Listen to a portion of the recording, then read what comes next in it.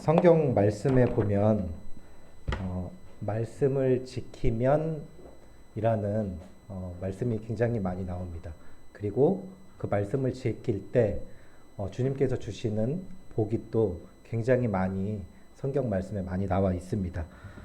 예를 들어 제가 말씀을 드리면 말씀을 지켜 행하면 저희의 삶이 형통하리라라고 말씀에 나와 있고, 또 주님께서 함께 하신다고도 말씀에 나와 있고, 또 주님께서 복을 또 주신다고 또 이렇게 나와 있습니다. 또 신약에는 너희가 나를 사랑하면 이 계명을 나의 계명을 지키리라라고 이렇게 주님께서 말씀을 지킬 때 주님께서 우리에게 더해 주시는 부분들을 많이 볼 수 있습니다. 이 말씀을 지킬 때라는 그런 부분으로 같이 함께 교제를 나누기를 원하는데요. 혹시 제가 이제 주일학교를 하고 이제 청년회 같이 교제를 하면서 청년들한테도 그렇고 주일학교 아이들한테도 그렇고 질문을 많이 합니다. 이 질문을 많이 하게 되면은 이 긴장하게 되고 좀 더 집중이 잘 되더라고요. 그래서 이렇게 간혹 질문을 던지는데 질문 받는 사람은 별로 안 좋아하는 것 같아요. 제가 청년 지금 여기 앉아 있는 청년들한테도 입이 근질근질 거립니다. 질문하고 싶어서. 그래서 한번 각자 생각해 보시라고 한번 질문을 하나 던지겠습니다. 내가 하나님의 말씀 가운데 내가 가장 잘 지켜 행하고 있는 것은 무엇이 있을까? 한번 생각해 보시면 좋을 것 같습니다. 하나님의 말씀, 하나님의 명령, 하나님의 계명 가운데 내가 잘 지켜 행하고 있는 것이 무엇이 있을까? 저도 집에서 고민을 해봤거든요. 과연 내가 하나님의 말씀 가운데 잘 지켜 행하고 있는 것이 무엇일까? 정말 고민하고 끝에 내린 결론이 주님의 떡에 참여하면서 잔에 참여하면서 주님을 기념하는 것밖에 없구나 라는 그 생각밖에 안 들더라고요. 성도님들은 아마 다를 거라고 생각은 하시는데 아마 대부분이 모이기를 힘쓰라 하신 부분도 이렇게 생각하신 성도님들도 아마 있을 거라고 또 생각이 듭니다. 또 주님께서 하신 신약 성도들에게 하신 또 말씀도 있죠. 서로 사랑하라라는 그런 말씀도 있는데 사랑하는 것도 굉장히 어렵습니다.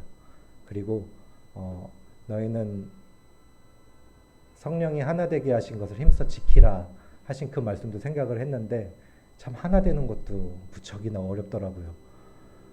같이 이렇게 대화를 나누고 이 대화를 하나로 이렇게 하는 것도 굉장히 어려운 것 같습니다. 많은 벽에 부딪히고 상대방을 이해해야 되고 내 뜻을 포기해야 되고 참 어려운 것들이 굉장히 많이 있습니다. 이 말씀을 지켜 행하는 것이 주님께서 이렇게 복을 주신다고는 하지만 막상 제 삶을 돌아보게 되면은 쉽게 내가 지켜 행하고 있는 것이 무엇이 있을까? 모이기를 힘쓰라 하신 그 말씀이 그나마 저의 삶 가운데 제일 많이 지켜 행하고 있지 않을까라는 그런 생각을 또 해봤습니다. 얼마 전에 3월 1일이 쉬는 날이었고 수요 집회 날이었습니다. 그날이요.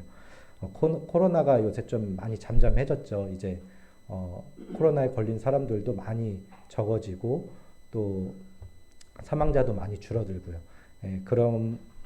그럼에 따라서 저희가 이렇게 정상 생활로 접어들고 또 이렇게 수요 집회에 모이는 성도님 수들도 이렇게 많이 참석을 하게 되었습니다. 또 보면은 청년들 또한 참 많이 참석을 하게 됐죠. 청년들 보면은 참 기특합니다. 이 모이기를 힘쓰라 하신 주님의 말씀 앞에 우리 청년들 잘 순종하고 있어서 청년들 볼 때마다 참 칭찬하고 싶습니다.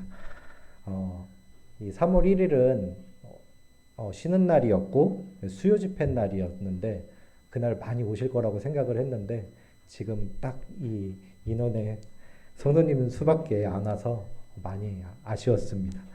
또 이날 단이 좀 비어서 잠깐 지금 하는 교재도 해볼까 이렇게 생각을 해봤는데요. 그렇게 되면 또 2주 뒤에 제가 올라와야 되는데 부담이 될 것 같아서 꾹 참고 있었습니다. 3월 1일이 무슨 날인지 다들 아시죠?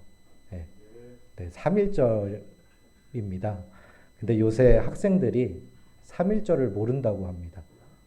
3.1절이 어떤 날인지 모른다고 합니다. 그냥 쉬는 날이라고만 생각하고 왜 태극기를 달아야 되는지조차 모른다고 합니다. 다 알고 계시겠죠? 우리 청년들은. 네, 여기 보는 학생들도 아마 알고 계실 거라고 생각을 합니다. 3.1절 하면 생각나는 인물이 누가 있을까요? 아마 거의 비슷할 거라고 생각을 합니다. 이렇게 유로 시작하는, 네, 그렇죠. 유재석 아닙니다.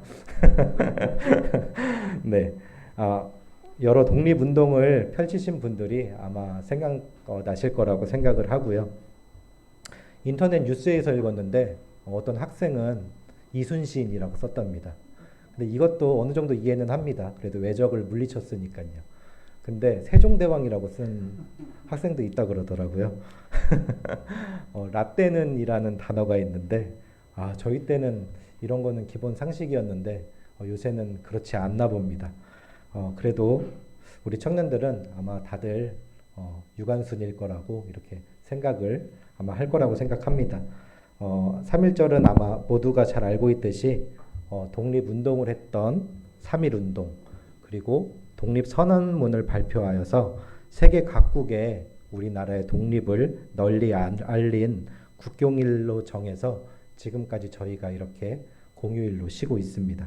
보통 제가 말씀드렸듯이 3.1절 하면 유관순 열사가 생각이 나는데요. 혹시 유관순 열사가 그리스도인이었다는 사실을 알고 계십니까? 네, 알고 계시는 분들도 계실 거고 저는 몰랐었습니다. 네, 잠깐 유관순의 이력을 살펴보면요. 잠깐 설명해 드리겠습니다. 유관순의 아버지는 매봉 교회를 세운 인물로 아버지로부터 하나님을 믿는 신앙을 배웠다고 합니다. 그리고 선교사와 함께 공부를 했고 영어도 수준급으로 익혔고요. 그리고 하나님을 향한 사랑도 키워온 그녀였습니다. 1919년에 3월 1일에 서울과 평양 그리고 6개 도시에서 동시에 만세운동이 벌어졌는데 그것을 목격한 유관순이 감동이 되어서 3.1 운동 직후에 총독부가 다 이제 그것을 못하게 휴교령을 내렸다고 합니다. 근데 그것을 이제 유관순이 고향으로 돌아와서 3월 13일에 아버지를 포함한 이제 가족들과 함께 이제 4월 1일 날 아운의 장터에서 독립운동을 했다고 합니다. 처음에는 한 500, 600명이 모였었는데 점점 더 사람이 늘어나서 이제 3,000명 가량 모였다고 합니다. 그때부터 이제 일본인 순사들이 와서 이제 총탄을 막 쏴대기 시작했죠. 그때 이제 아버지 어머니가 돌아가셨다고 하더라고요. 근데 그럼에도 불구하고 계속해서 만세를 외쳤다고 합니다. 그게 이제 비폭력으로 이제 외친 그 만세죠. 근데 이제 그렇게 이제 유관순은 체포되어서 유치장과 법원을 거쳐서 서대문 형무소에 이렇게 이감됩니다. 그때 나이가 유관순이 18살이라고 합니다. 그 가족들과 함께 서대문 형무소에 저희가 방문을 한번 했었는데요. 민규가 저한테 그러더라고요. 그때 방문했을 때 아빠 수수께끼 하나 낼게. 뭔데? 유관순 열사가 그리스도인이었게 아니었게 하고 물어보더라고요. 그래서 저 그때는 좀 몰랐습니다. 왜냐하면 제가 배웠던 국사에서는 그런 내용이 하나도 없었거든요. 그래서 유관순? 유관순은 독립운동을 했지 그리스도인이 아니었을 것 같은데 이렇게 얘기하니까 땡 이러는 겁니다. 아빠는 그것도 몰라? 이런 그래서 그랬어? 이런 생각을 하고 민규하고 이제 자매랑 이제 민채가 이제 그 서대문 형무소를 방문하기 전에 이제 유관순에 대해서 좀 알아보고 그다음에 그 한거라는 영화를 같이 함께 봤다고 합니다. 이제 그 영화에 유관순이 이제 하나님의 말씀을 듣고 이렇게 그리스도인으로서 살아가는 그런 삶에 대해서 잠깐 이렇게 조명이 되는데요. 그 부분을 보고 이제 민규가 저에게 이제 수수께끼를 낸 것 같습니다. 저도 이제 서대문 형무소를 다녀와서 한번 그 한거라는 영화를 한번 혼자 보게 되었는데요. 이 영화를 참 보면서 그녀가 이제 포기하지 않고 1년 동안 그 형무소에서 고난과 고초와 고문 가운데서도 계속해서 이제 그녀가 고뇌를 합니다. 계속 이 만세를 내가 해야 될까 말아야 될까, 해야 될까 말아야 될까, 계속해서 고민을 하는 그 장면들이 있습니다. 왜냐하면 그 고문들이 심각하거든요. 그 일본인들이 하는 그 고문들을 보면은 서대문 형무소에 이 고문을 하는 그런 장치들이 다 나옵니다. 그때 그거를 생각을 해보면 어떻게 할 수 있었을까라는 그런 생각을 하더라고요. 근데 그녀가 다시 만세를 부르게 된 내용의 용기가 하나님의 말씀이었습니다. 동료가 유관순의 고문으로 인해서 죽을 고비를 몇 번 넘겨서 정말 녹초가 된 상황으로 그녀가 이제 순사에게 끌려와서 다시 형무소에 갇히게 됩니다. 그 형무소가 한 3평에서 5평 정도 되는데요. 거기에 한 50명 가량이 있습니다. 눕지를 못합니다. 그러면 서 있어야 되는데 서 있으면 이제 다리가 붙잖아요. 그래서 계속 돌아다닙니다. 계속 걷습니다. 그 안에서요. 근데 그 안에서 걸으면서 잊어버리지 않으려고 계속해서 이제 서로 동요를 부르고 그 안에서 공부를 하고 그렇게 지내더라고요. 근데 이제 같은 동료들이 이제 그만하면 되지 않냐고, 너무 힘들지 않냐고, 여기까지 했으면 우리 많이 한 거라고 이제 그만하자고 할 때 유관순이 이제 동료에게 했던 말이 하나님의 말씀입니다. 야고보서 2장 14절에서 17절 한번 같이 찾아보시겠습니다. 야고보서 2장 14절에서 17절까지 말씀입니다.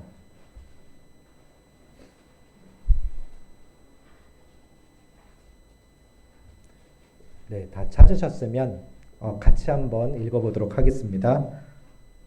네, 시작. 내 형제들아, 만일 사람이 믿음이 있노라 하고 행함이 없으면 무슨 이익이 있으리요? 그 믿음이 능히 자기를 구원하겠느냐? 만일 형제나 자매가 헐벗고 일용할 양식이 없는데 너희 중에 누구든지 그에게 이르되 평안히 가라, 더욱게 하라, 배부르게 하라 하며 그 몸에 쓸 것을 주지 아니하면 무슨 이익이 있으리요? 이와 같이 행함이 없는 믿음은 그 자체가 죽은 것이라. 네, 여기서 유관순이 이 17절 말씀으로 그녀의 동료에게 얘기를 합니다. 모두 힘들고 고문당하고 함께 죽어가는데 어떻게 나 혼자 회유당할 수 있냐. 그 일본인 순사가 독립운동을 하지 않는다는 각서를 쓰면은 그 형무소에서 내보내 준다고 합니다. 근데 심지어 이제 유관순하고 같이 잡혀왔던 그 사람들 중에 한 반 정도는 다 일본인에게 회유당해서 다 형무소를 빠져나갔습니다. 근데 그 가운데서 이제 유관순이 이런 주님의 말씀을 인용해서 그렇게 말씀을 하신 것을 볼 수 있습니다. 행함이 없는 믿음은 죽은 것이라고 말씀을 하면서 나만 모른 채 하고 나만 편하게 있을 수 없다고, 그들과 함께 하겠다고, 결국 그 말을 들은 동료도 같이 유관순과 함께 만세운동을 하게 됩니다. 근데 이렇게 핍박과 고문 가운데서도 그녀의 만세 의지를 꺾은 것은 그 어떤 것도 없고요. 하나님의 말씀으로 더욱더 굳어지게 되고 또 어떻게 만세 운동을 할 것인지 계획을 또 짜게 됩니다. 근데 그 계획은 정말 가혹하고 혹독했습니다. 서대문 형무소에는 시계가 없다고 합니다. 왜냐하면 시간 가는 줄 모르게 해야 언제 어떻게 자신의 계획이나 이런 거를 하지 못하게 아예 포기를 하게 만들려고 그 시계를 달지 않는다고 합니다. 근데 이제 그녀가 이 시간을 자기는 알고 싶어서, 왜냐면은 이제 계획을 짜야 되고 언제 어디서 어떻게 많은 사람들과 모여서 독립 만세 운동을 해야 되는데 이 시간을 알 수가 없으니까 그녀는 너무 막막한 겁니다. 그래서 그녀는 시간을 알 수 있기 위해서 이 빨래나 화장실 청소, 그 다음에 사람이 할 수 없는 그런 힘든 일을 도맡아서 했습니다. 그리고 매 맞으면서 시계를 보려고 일부러 매를 맞으러 갔습니다. 그러니까 그런 식으로 해서 그 치밀하게 이제 계획적으로 이제 만세 운동을 할 수 있게끔 그렇게 한 거죠. 결국에 그녀가 이제 약 1년 후에 이제 만세 운동을 벌이게 됩니다. 근데 이제 그 만세 운동으로 이제 그녀가 최후를 맞이하게 되죠. 이 서대문 형무소를 방문하기 위해서 본 이 한거라는 영화가 참 제 학생 때는 그저 그냥 독립운동가라는 교육을 받고 자란 제가 그녀가 그리스도인이라는 관점으로 그 영화를 다시 보니까 정말 깊이 묵상을 하게 되더라고요. 우리의 믿음의 삶 또한 유관순의 삶과 동일하게 말씀을 지키고 말씀 앞에 선한 양심으로 살아가는 것이 그리스도인의 삶이 아닐까라는 그런 생각이 들더라고요. 이 한거라는 영화가 많은 이들이 자신의 목숨을 부지하기 위해 그렇게 회유를 당했던 사람이 있는가 반면 자기의 선한 양심과 선한 양심을 통해서 이 세상의 삶과 역행하는 그리고 하나님의 말씀을 통해서 용기를 얻었던 유관순의 모습이 아직도 깊이 생각이 납니다. 결국 이 영화를 통해서 하나님의 말씀이 우리의 목숨보다 귀한 것이구나 라는 그런 결론을 또한 얻고 또 이 영화를 통해서 많이 배우게 되었습니다. 또한 하나님께서 우리에게 주신 말씀들을 또 지키기 위해서 말씀 앞에 순종하기 위해서 자신의 목숨을 아깝지 않게 버렸던 그런 믿음의 선진들 또한 우리는 또 기억할 수 있습니다. 행함이 없는 이 믿음이란 것을 행함이 없는 믿음은 죽은 믿음이라 하신 이 말씀을 다시 한번 어떻게 받아들여야 되는지 깊이 좀 생각을 하게 되었습니다.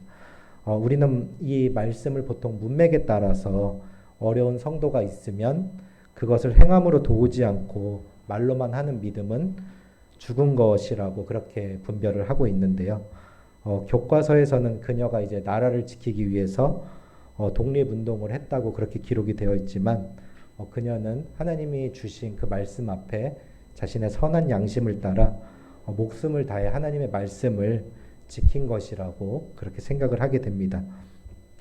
또 유관순을 생각하게 됨으로써 말씀을 지키기 위해서 힘썼던 초대교회 성도들 또한 생각이 납니다. 성도님들도 모두 잘 알고 계신 사도행전 2장 42절에서 47절인데요. 제가 읽도록 하겠습니다. 모두 잘 아시는 말씀이라서요. 저희가 사도의 가르침을 받아 서로 교제하며 떡을 떼며 기도하기를 전혀 힘쓰니라. 사람마다 두려워하는데 사도들로 인하여 기사와 표적이 많이 나타나니 믿는 사람이 다 함께 있어 서로 물건을 서로 통용하고 또 재산과 소유를 팔아 각 사람의 필요를 따라 나눠주고 날마다 마음을 같이하여 성전에 모이기를 힘쓰고 집에서 떡을 떼며 기쁨과 순전한 마음으로 음식을 먹고 하나님을 찬미하며 또 온 백성에게 칭송을 받으니 주께서 구원받는 사람을 날마다 더하게 하시니라. 아멘. 그들이 야고보서의 말씀과 같이 행함 있는 믿음으로 날마다 마음을 같이하여 모이기를 힘썼다고 생각이 듭니다. 어려운 성도들이 있으면 서로 돌아보았고 그들의 성령을 충만케 한 것 같습니다. 그때 하나님께서 구원받는 사람을 날마다 더했다고 말씀에 나오는데요.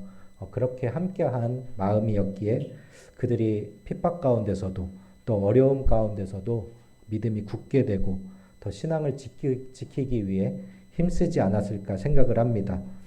유관순도 그렇고 초대교회 성도들도 굉장한 어려움과 핍박이 있었습니다. 근데 그들이 하나님의 말씀을 지키기 위해 힘썼습니다. 그러면 우리에게 핍박은 언제 찾아올까요? 언제 어떻게 우리에게 핍박이 찾아올까요? 저는 이 말씀을 통해서 이런 결론을 지었습니다. 말씀대로 살면 찾아옵니다. 말씀을 지키기 위해서 살면 핍박이 찾아옵니다. 더 쉽게 말하면 우리가 지금 있는 곳에서 다른 사람들과 다르게 살면 핍박은 찾아옵니다. 반대로 말하면 핍박이 찾아오지 않는 이유는 세상 사람들과 동일하게 살고 있어서입니다. 잠깐 제 철없던 시절을 한번 간증을 드리면요. 저의 직업은 건축 설계입니다. 많은 성도님들이 잘 알고 계시는데요. 건축 설계 실정을 보면은 항상 야근을 하고요. 또 휴가도 제대로 잘 쓰지 못합니다. 3D 업무인데요. 많은 사람들이 주 5일제로 바뀌었음에도 저희는 주 6일제로 근무를 했습니다. 제가 과장, 차장 직함이었을 때만 해도 주일뿐만 아니라 법적 공휴일도 출근을 했습니다. 심지어 지금도 주일과 법적 공휴일이 징검다리로 붙어 있으면 그 법적 공휴일은 보통 출근을 합니다. 최근에 와서야 이 생활이 조금 변화가 되었습니다. 많이 세상이 좋아졌다고 하죠. 그래서 근데 제가 그때는 구원받고 나서도 제 직업의 특성상 야근이 반복되니까 주일에만 모여야지 하는 생각으로 주님을 섬겼습니다. 그래서 수요 집회는 당연히 제 머리에서는 제외를 시켰습니다. 그리고 1년에 몇 번 제가 단에 올라가거나 사회이거나 외부에서 강사가 오실 때만 수요 집회는 저에게 특별한 날이 되어버렸습니다. 그렇게 몇 년을 보냈었는데요. 제 일의 특성상 이건 어쩔 수 없어 라는 그런 생각을 가지면서 말이죠. 근데 그런 저를 주님께서 저에게 청년들을 통해서 좀 일깨워 주셨습니다. 그 잠실교회 청년들이 어느 순간부터 엄청나게 많아졌습니다. 제가 청년회를 섬겼을 때 약 한 5명에서 8명 정도 모였습니다. 근데 지금은 거의 25명 가까이 모입니다. 아마 풀로 모이면 30명이 넘을 겁니다. 그리고 그 청년들이 수요 집회에 많이 나오게 됐습니다. 잠실교회 수요 집회를 보면은 지금 보면은 거의 과반수가 거의 반 이상이 청년일 거라고 그렇게 생각을 합니다. 그렇게 청년들이 참 많이 나오는데 청년들과 함께 교제를 하고 또 청년들을 섬기고 가르치는 제가 너무 창피하다라는 그런 죄송한 생각이 들었습니다. 그래서 모이기를 힘써보자. 안 되지만 주님의 말씀에 한번 순종해보자. 그의 나라와 그의 의를 구해보자. 그리고 말씀을 지키는 생활을 해보자. 이렇게 다짐을 하고 수요 집회로 모일 수 있도록 제 자신을 바꾸자. 이렇게 생각을 하고 모이는 일에 한번 힘써보자. 이렇게 생각을 했습니다. 많은 일이 있으면 그 전날 좀 처리를 하고 좀 더 일찍 출근을 해서 일량을 줄여보자. 이렇게 생각을 했고요. 그리고 회사에 또 누가 되지 않아야 되잖아요. 그래서 책임감 있게 그리고 본을 보이는 생활을 해보자. 이렇게 했습니다. 그리고 회식을 또 수요일에 잡지 못하게 또 안 된다고 또 말씀을 드렸습니다. 그리고 제가 야근을 하면 야근비가 나옵니다. 이 야근을 한 달 풀로 하면은 굉장히 쏠쏠하게 쓸 수 있는 비용이 모입니다. 아마 여기 계신 성도님들도 야근하시는 성도님들도 아마 야근비가 꽤 쏠쏠하다는 것을 아마 알고 계실 겁니다. 수요일은 이제 야근비를 포기를 했습니다. 그리고 이렇게 본이 되고 또 책임감 있는 모습을 회사에 보이니까 수요일에 혼자 일찍 퇴근해도 전혀 눈치가 보이지 않았습니다.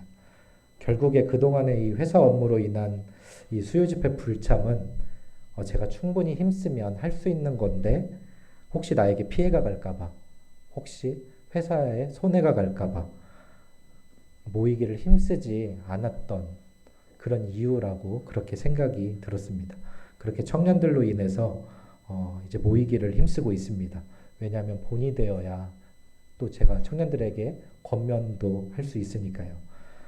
결국 집회로 모이기 위해서는 모이기를 힘써야 합니다. 시간과 마음을 주님께 드려야 하고요. 손해를 감수할 수도 있습니다. 불편함을 감수할 수도 있고요. 내 이익을 포기해야 할 수도 있습니다. 누군가에게는 불편한 소리를 들어야 할 수도 있습니다. 그럼에도 불구하고 주님께서는 모이기를 힘쓰라고 말씀을 하십니다. 말씀은 항상 진리입니다. 우리가 주님께서는 모이기를 힘쓰라 하는데 그것에 내 마음과 생각과 그런 부분이 들어가서 타협하는 것은 아니라고 생각이 듭니다. 이 힘쓰라는 주님의 말씀은 힘쓰지 않으면 할 수 없으니까 노력하고 열심하라라는 뜻으로 받아들이게 됩니다. 그러나 이 모든 것이 그의 나라와 그의 의를 구하면 주님께서 선히 또 인도해 주신다는 것을 이번을 통해서 배우게 되었습니다. 하나님께 드리는 것 또한 저는 동일하다고 생각을 합니다. 드리기 위해서는 직장 생활도 규칙적으로 해야 되고요. 또 사업하는 형제님들 또한 규칙적인 활동을 통해서 주님께 드려야 됩니다. 적게 드리면 내 생활이 편하고 윤택할 수 있습니다. 하지만 많이 드리면 또 핏절할 수 있다는 또 생각을 가질 수도 있을 것도 같습니다.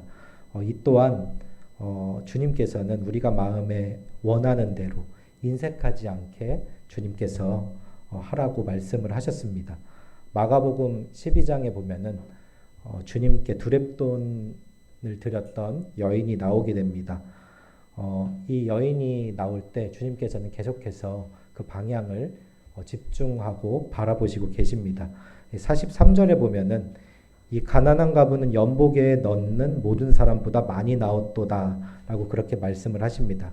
그리고 이어서 44절에는 저희는 다 그 풍족한 중에서 넣었거니와 이 과부는 그 구차한 중에서 자기 모든 소유 곧 생활비 전부를 넣었느니라 하셨더라 라고 또 말씀하십니다.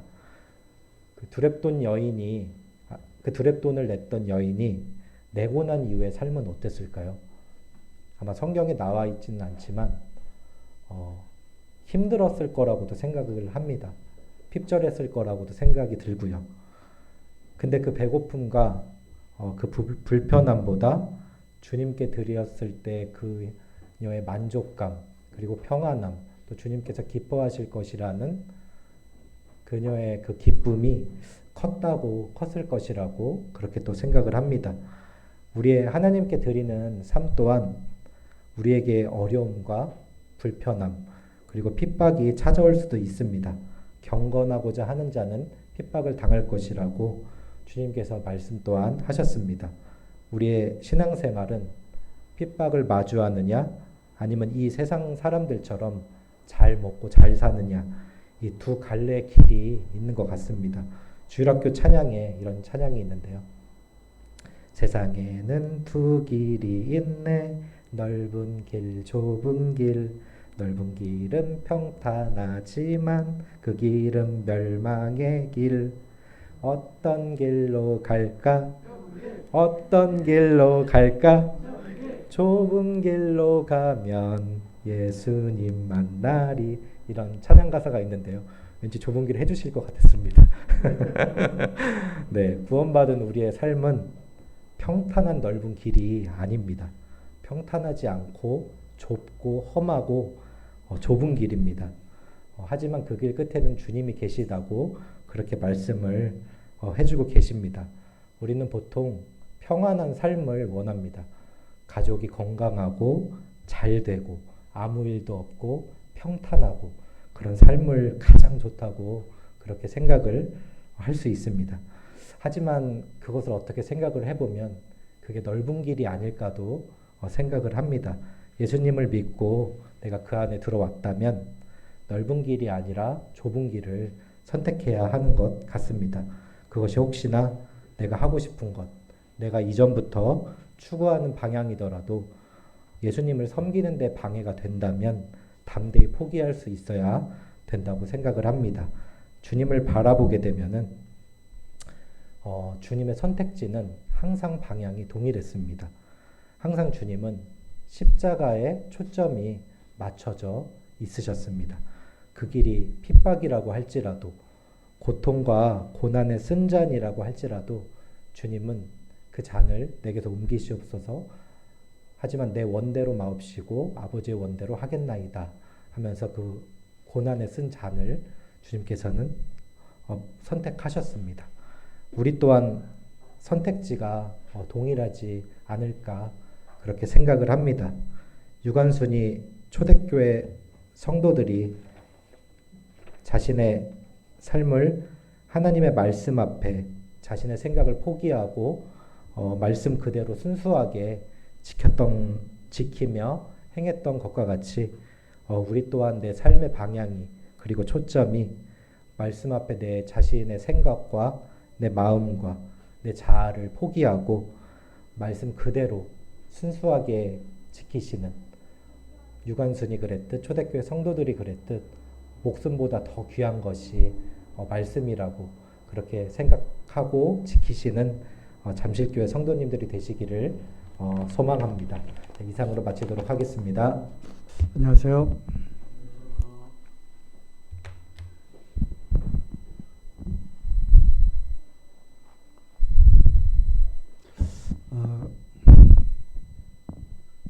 꿈 이야기를 좀 해볼까 나왔습니다. 꿈을 꾸시죠? 네, 매일 잠을 잘 때 꾸는 꿈도 있고요. 또 어떤 바람, 원하는 것, 그것도 우리가 꿈이라고 그러죠. 성경에 많은 꿈 이야기가 있지만 요엘서 2장 28절을 보시면 한번 볼까요?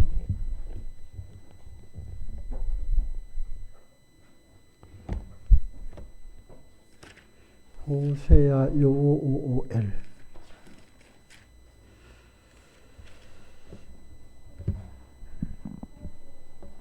요엘서 28장 그 후에 내가 내 신을 만민에게 부어주리니 너희 자녀들이 장래일을 말할 것이며 너희 늙은이는 꿈을 꾸며 너희 젊은이는 이상을 볼 것이며. 그래서 이 말씀은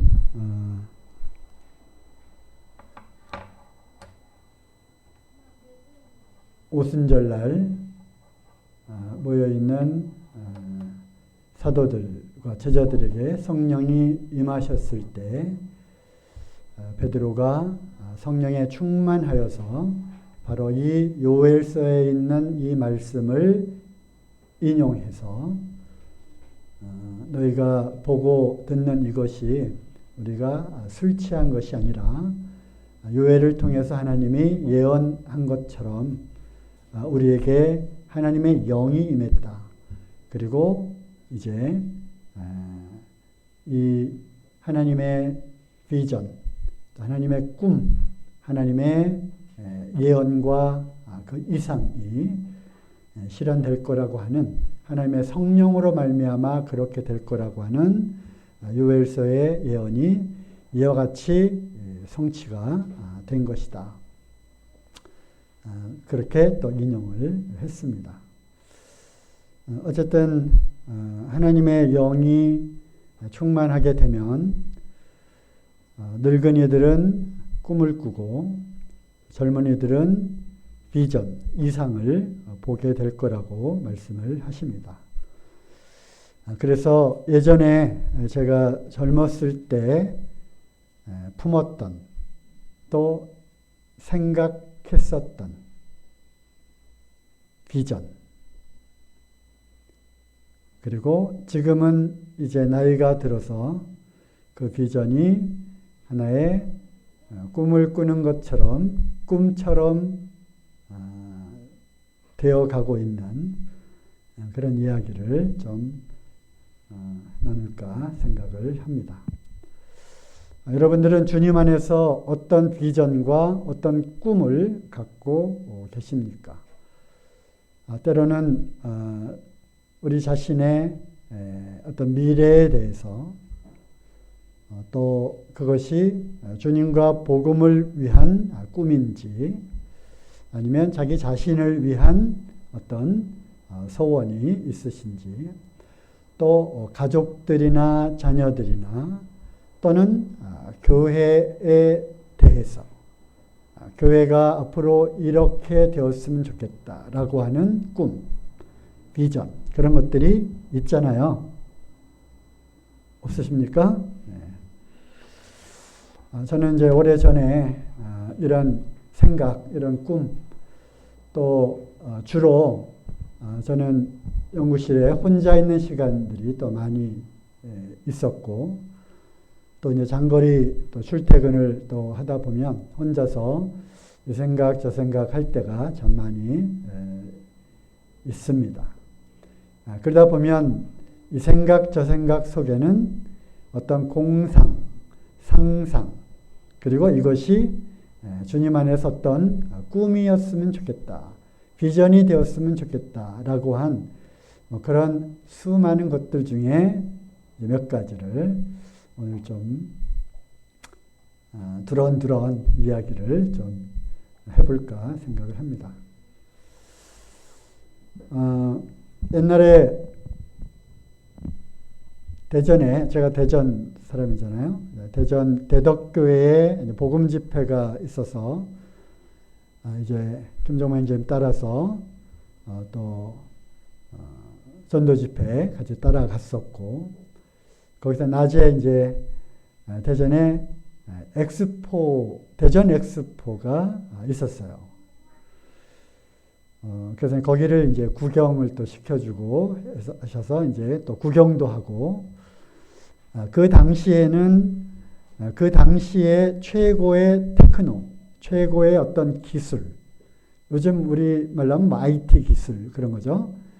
뭐 극장도 그냥 뭐 극장이 아니라 4차원, 5차원 막 오감으로 막 느낄 수 있는, 그래서 그 당시 기술로는 굉장히 혁신적인 그 테크노관, 그 앞으로 기술이 이런 식으로 발전할 거다라고 하는 엑스포라는 것이 그런 기술, 문명, 뭐 이런 전시, 박람 이런 거잖아요. 큰 넓은 유성, 그죠? 유성. 옛날에는 유성 대덕군이었는데 이제 대전시로 이제 편입이 되었던 그 넓은 장소에 무슨 테크노관, 또 무슨 관 이렇게 해가지고 거기에 또 줄을 서서, 그때는 굉장히 유명했었으니까 막 또 줄을 서서 또 비싼 관람료 내고 들어가서 뭐 구경도 하고 뭔가 참여도 하고 또 맛있는 볼거리도 있고 먹을거리도 있고 어떤 뭐 축제처럼 또 해놓은, 요즘으로 하면 테마파크 뭐 그런 개념이었잖아요. 1990 아마 5년도 6년도 아마 그쯤이었을 거예요. 정확한 연도는 모르지만 그때 그런 기술로 그런 이제 멋진 큰 체육관 같은 그런 시설들을 여러 관을 만들고 첨단 기술들을 통해서 했던 그런 것들이 이제 생각이, 그런 경험들을 이렇게 구경을 했었습니다. 그리고 제가 이제 2001년도에 미국의 LA에 갔더니 거기에 유명한 디즈니랜드가 있잖아요. 디즈니랜드 또 있고, 또 무슨 영화사에서 만든 테마파크, 놀이공원처럼 되어 있는 그런 것도 있었고요. 그러니까 디즈니라고 하는 사람을 잘 아시잖아요. 그의 이제 어떤 인생을 보면 배고픈 그런 그림 그리는 그런 화가 지망생이 그 좁은 그러한 방구석에서 빵을 먹으며 쥐구멍에서 나온 그 쥐를 보고 그 빵 조각을 또 던지고 하면서 거기서 등장한 만화가 미키 마우스가 거기서 등장한 거잖아요. 그렇게 해서 화가 지망생이 만화를 그리면서 그것이 만화 영화가 되고, 그러면서 오늘날 엄청난 그런 디즈니 월드를 이루었잖아요. 그죠? 그러니까 디즈니랜드를 딱 보니까 참 돈을 쓸어 담는 전 세계에서, 미국뿐만 아니라 전 세계에서 이런 것을 또 구경하기 위해서 또 아이들의 그런 천국이라고 그러잖아요. 뭐 어른들도 와서 동심으로 돌아가 가지고 또 즐기기도 하고 뭐 이런 것들을 이제 쭉 생각을 하고 경험을 하면서 그리고 이제 시간이 좀 흘렀는데 대전 엑스포 얘기를 이제 다시 돌아가면 몇 년 세월이 흘렀는데 뉴스에 그런 것들이 나왔어요. 엑스포를 하기 위해서 그 거대한 땅과 건물과 시설들을 했지만 이제는 세월이 오래 흘러서 이제는 찾는 사람들도 별로 없고 그 시설도 이제 좀 노후되면서 관리도 잘 되지 않고 그때 들어간 돈이 어마어마한 돈이 들어갔는데 그거에 대한 비용도 이제 많이 회수가 되죠. 뭐 이런 그래서 그것이 이제 누가 또 적자를 계속 보니까 이것을 어떻게 할 것인가. 그래서 누가 이것을 인수할 건가? 뭐 이러한 기사들이 쭉 나오더라고요. 그래서 제가 이제 공상을 해본 거죠. 저런 넓은 부지에 이런 큰 테마파크처럼 어떤 큰 그런 건물을 영화관 같은 그런 건물들을 몇 개 짓고 바이블랜드를 좀 만들었으면 좋겠다는 생각을 해봤습니다. 바이블랜드, 창조관, 노아의 홍수관, 또 십자가의 길, 십자가의 언덕, 그 다음에 부활관, 예를 들면 성경의 여러 구약에서부터 신약까지 또 복음관, 그래서 여러 그 테마들을 쭉 하고 거기에 어떤 볼거리, 공부거리, 그리고 놀거리를 이제 만드는 거죠. 디즈니랜드처럼. 바이블랜드를 참 만들면 좋겠다. 부지는 그때도 그 부지가 계속 남아 있다면 대전의 그 엑스포 부지라면 좋겠다. 어마어마한 돈이 들어갈 거다. 이거는 아마 전 세계적으로 크리스찬들 통해서 어떤 사업 계획서를 갖고 아마 도네이션, 투자, 기부를 받으면 불가능하지 않을 거다. 영어가 안 되니까 영어 잘하는 사람들을 통해서. 스타벅스를 제안한 그 사람, 이름은 잊어버렸지만, 그 미국의 어디죠? 스타벅스 1호. 그 캐나다 올라가는 시애틀, 예. 거기 1호관, 형이랑 이제 같이 이제 구경도 해봤었는데, 그 스타벅스라고 하는 그러한 사업 아이디어를 구상하고 투자자들을 찾아다녔는데 수십 명을 만나도 이런 게 이따위가 무슨 사업이냐 해서 거절을 당했던, 그리고 수십 명의 사람들을 만난 끝에 겨우 한 명의 투자자를 확보를 하고 거기서 점포를 열어서 시작을 한 거죠. 그게 스타벅스가 오늘날 이렇게 된 거예요. 그래서 사업 계획서도 쓰고 만들고 그림도 싹싹 그리고 그러면 불가능하지는 않을 거다는 생각을 오래전에 꿈을 꾸고 나름대로 공상을 하고 그 안에 들어갈 여러 가지 IT 기술들, 제가 또 이 아이디어가 참 많잖아요. 이런 기술, 이런 걸 가지고 정말 멋지게 만들면 좋겠다는 생각을 했었습니다. 노아의 방주 모형이 이천 어디 무슨 복음 어디에도 있고 또 유튜브 찾아보니까 미국 테네시의 어느 곳에 노아의 방주 그 크기와 실제로 똑같은 방주를 만들어서 1층, 2층, 3층에 거기에 이제 안에 칸마다 동물들 또 옛날에 생활을 했었던 노아 가족들 이런 것들을 만들어 놓고 또 관광객들을 이렇게 모으고 하는 그러한 것도 유튜브에서 이제 보고 했는데 어쨌든 그런 꿈을 한번 꾼 적이 있었습니다.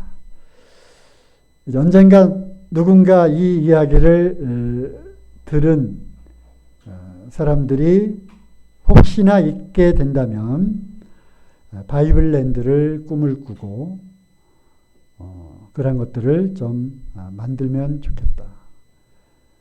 성경을 알리고 또 복음을 전하고 또 전 세계에서 사람들이 몰려와서 거기에서 또 구경하고 보고 느끼고 이런 것들을 좀 하면 좋겠다는 생각을 했었습니다.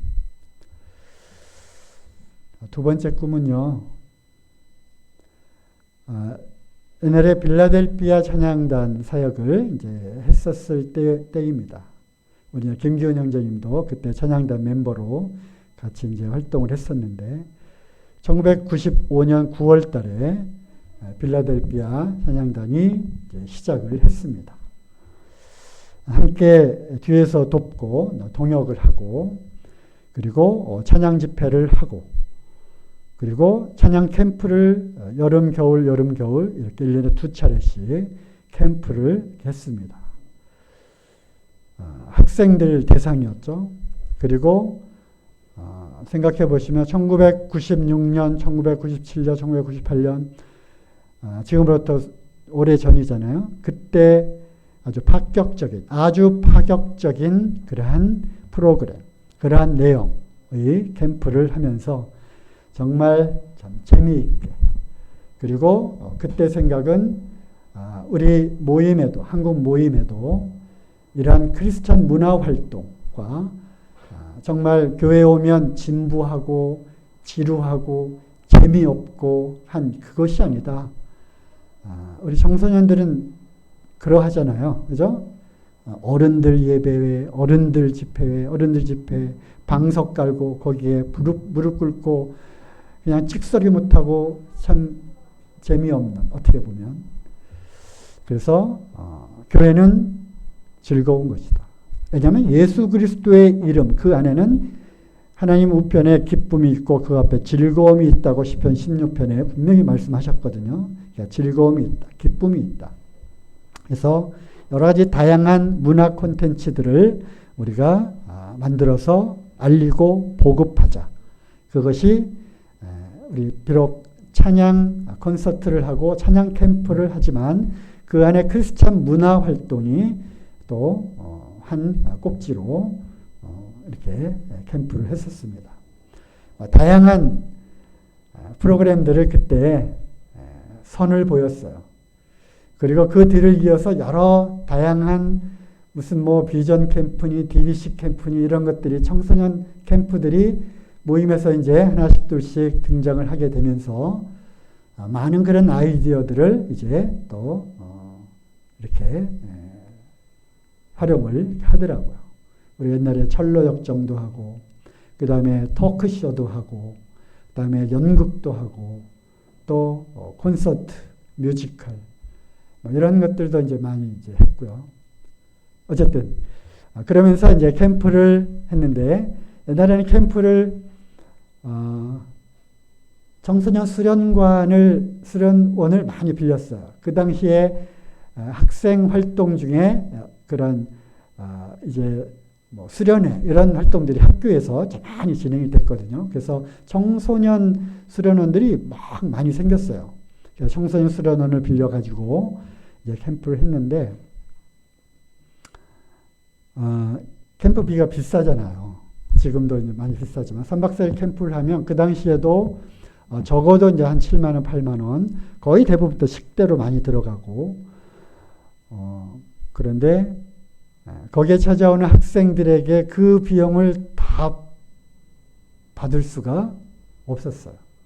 다 받기 어렵더라고요. 그냥 와줘도 고마운데 그래서 이제 반값 정도로 받고 나머지 반은 주님의 은혜에 맡기자. 참 감사하게도 참 부족한 재정들을 주님이 채워주셨고 학생들이 많이 오면 너무나 기쁘고 즐겁지만 많이 오면 많이 올수록 적자가 점점 많이 더 늘어나는 그런 구조였죠. 어떤 사전 등록 제도가 아니었기 때문에 몇 명이 올지 아무도 몰라요. 하지만 계약을 이미 하죠. 적어도 몇 명분은 식대로 우리가 내주겠다. 그 이상 되면 오버되는 거는 인원수대로 내고 적어도 그 인원에 해당되는 비용은 내야 된다. 이거잖아요. 얼마가 올지 모르는 거야. 100명으로 예약을 했는데 70명이 오면 그래도 100명분을 내야 되는 거고 200명, 한때 250명 이렇게 오기도 했거든요. 그러면 많이 와서 좋지만 또 부족한 캠프 비용을 또 메꿔야 되는 거죠. 한 번은 1997년 IMF가 터졌어요. 1998년, 1999년 계속. 그러니까 그때 경제적으로 굉장히 어려웠잖아요. 그래서 캠프에 몇 명이 올지 모르는 거예요. 갑자기 IMF가 탁 터졌는데 그때 겨울에 이제 예를 들면 정확한 이제 숫자는 기억이 안 나지만 100명, 150명 이제 계약을 했는데 왜냐하면 그 전에 200명, 250명 왔었거든요. 150명 계약을 했는데 50명, 60명밖에 안 왔어요. 적자가 나는 거죠. 돈이 없는 거예요. 또 연말 12월 30, 31일, 1월 1일, 1월 2일 옛날에 신정도 연휴가 있었잖아요. 그때 이제 해를 또 바뀌면서 연휴, 또 휴일이니까 사냥 단원들 중에 또 직장 다니는 청년들도 있고 하니까 빨간 날 이렇게 하는 거죠. 연말 연초로 넘어가는 이게 또 의미가 또 있었잖아요. 돈이 없고 찾아놓은 돈은 없고 나중에 카드로 이제 다 결제를 하면 되는데 실제로 강사비를 드리고 현금이 들어가야 될 부분들이 있잖아요. 현금이 없는 거예요. 그래서 그때 강사님한테 10만 원밖에 못 드린 거예요. 어떤 분에게는 5만 원 드렸어요. 지금도 이제 그게 참 마음에 맺혀 있고 이게 한이 되는 거예요. 뭐 예를 들어서 뭐 30만 원 3박 4일 강사님 30만 원 최저 50만 원 드려야 되는데 돈이 없으니까 10만 원 그리고 돈도 긁어서 5만 원. 그때 이제 기도를 하는 거죠. 돈을 주십시오. 그리고 캠프를 할 수 있을 장소를 주십시오. 그래서 청소년 캠프 그리고 복음 집회, 찬양 콘서트, 찬양 집회를 할 수 있는 그러한 홀을 주십시오. 그리고 돈을 요구합니다.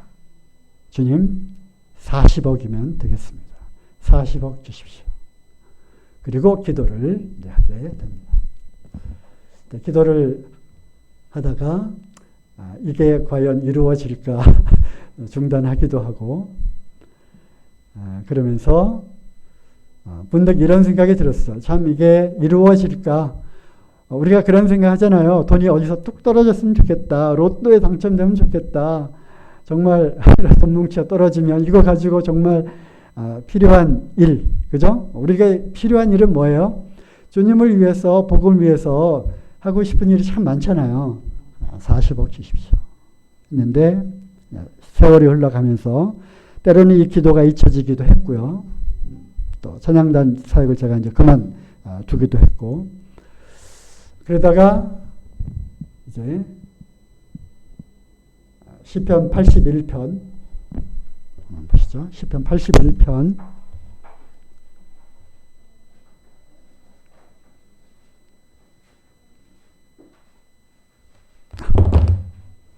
이거 펴면 되지. 시편 81편 10절 나는 너를 애굽 땅에서 인도하여 낸 여호와 내 하나님이니 내 입을 넓게 열라 내가 채우리라. 내 입을 넓게 열라 내가 채우리라. I will fill it. 왜냐하면 나는 너를 애굽에서 인도하여 낸 여호와 너의 하나님이다. 그래서 그 기적의 하나님, 그 능력의 하나님이다.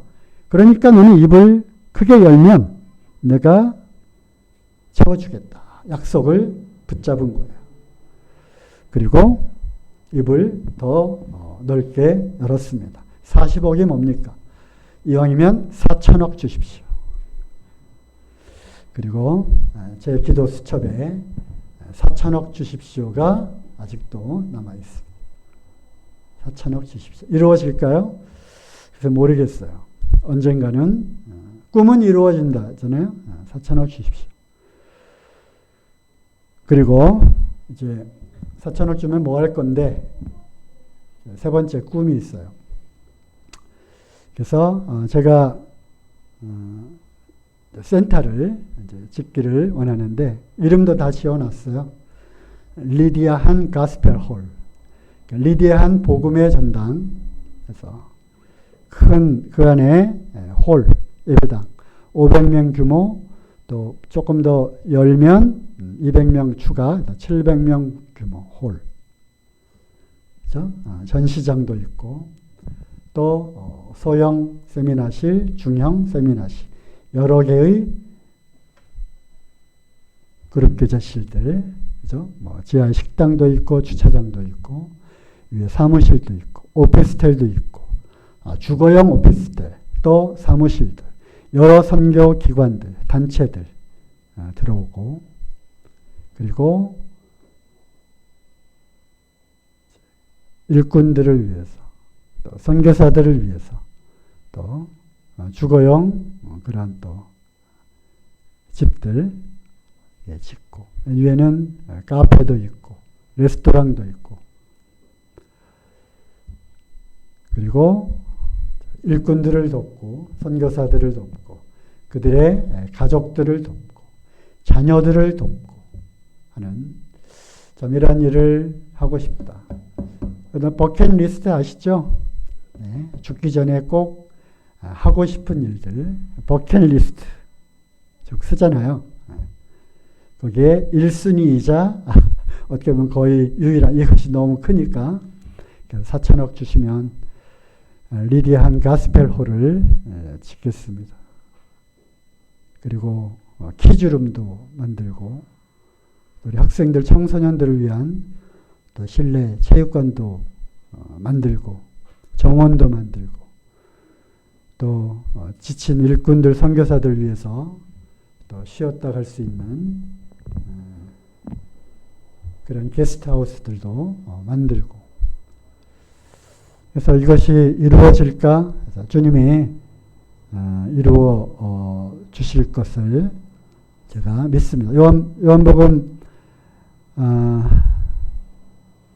12장 12절인가요? 14장 14절인가요? 내 이름으로 너희가 무엇이든 구하면 내가 시행하리라. 그 말씀, 14장 14절. 그래서 주님 분명히 약속하시지 않으셨습니까? 분명히 이 말씀 여기에 있잖아요. 무엇인지 내 이름으로 구하라고 하셨고, 이것이 나를 위한 것이 아니라 주님과 복음을 위해서 이렇게 하는 것인데 언젠가는 이루어 주실 것을 믿습니다. 아마 88세 될 때 이루어 주시지 않을까라고 하는 또 그런 생각을 해보게 됩니다. 지금 세계적인 건축사를 통해서 지금 설계 작업에 들어갔습니다. 함께 위해서 기도해 주시면 감사하겠습니다. 옛날에 어떤 사역자 선생님한테 이런 얘기를 좀 했어요. 40억 달라고 했다가 이왕이면 입을 크게 벌리라서 4천억 달라고 기도하고 있습니다. 그랬더니 좀 웃으시더라고요. 기도해 주실 거죠? 네, 한대. 기도해 주시면 제가 1% 드릴게요. 4천억의 1%. 40억이죠. 기도하면 40억이 생기는구나 하고 잊어버렸는지 모르겠지만 기도해 주실 걸로 믿습니다. 여러분들도 기도해 주시면 감사하겠습니다. 네.